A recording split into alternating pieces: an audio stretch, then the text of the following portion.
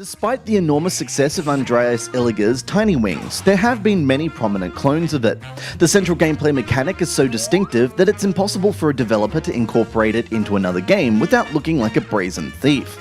This hasn't discouraged the usual rabble of rogue idea borrowers, but Chillingo is the first mainstream publisher to step forward with a game that plays in a way that's unmistakably similar to Tiny Wings. That shouldn't necessarily put you off.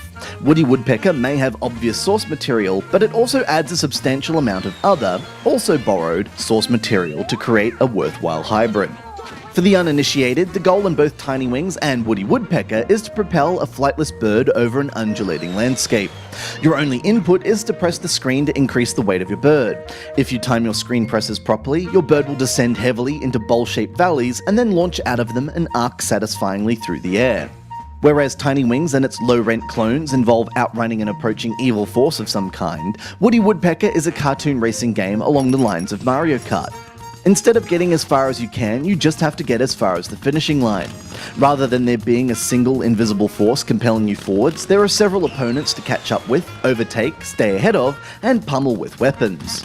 You can choose between 5 characters, including Winnie Woodpecker, Woody Woodpecker, and Chili Willy, whose name is similarly evocative of the male member. Each character has its own speed, acceleration, and handling levels, and each has its own weapon, including dynamite, rockets, and perfume. During races, there are icons for deploying your weapon and gaining a momentary Nitro-style speed boost. These recharge automatically every 20 seconds or so. There are 30 tracks across 3 environments: Golf Course, Arctic, and Circus. These are subtly different, in that there are bunkers that slow you down and storm clouds that hurl lightning at you in the golf course, and caves with ceilings that you crash into in the Arctic. But the only really significant difference between the courses is the distribution of their hills and valleys. This is where Woody Woodpecker eventually comes unstuck. At first, using gravity and momentum to race rather than to get as far as you can is novel and fun. But races are over in about a minute, and once you master the timing of your descents and ascents, it all gets very repetitive. To resolve this, developer Tintash could have used power-ups, branching courses, or some other element to add strategic depth to the races. But instead it simply varies the landscape so that there are stretches of momentum-sapping steep slopes, height-slaughtering shallow slopes, and fun-annihilating obstacles in the air. The problem with this approach is that you can't really avoid the slow parts and the fast parts, and the game arbitrarily slows you down or brings you to a halt every so often through no fault of your own. You can't see ahead since the action is viewed side on, and if you go too high, you can't see what's beneath you. If you pull off a particularly brilliant jump and decide to take advantage of the height this buys you by deploying a rocket boost, you do so at the expense of what little control you had.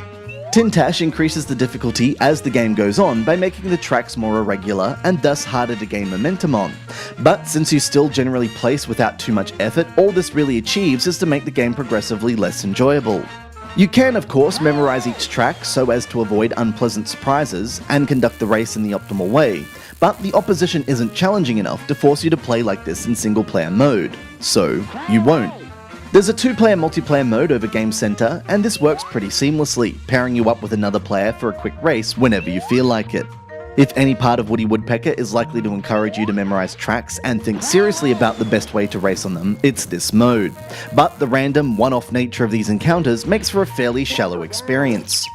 Woody Woodpecker is fun for the first few minutes. Pulling off a perfect jump is as belly-crampingly satisfying as it is in Tiny Wings, and the fact that you're racing rather than fleeing is an interesting twist.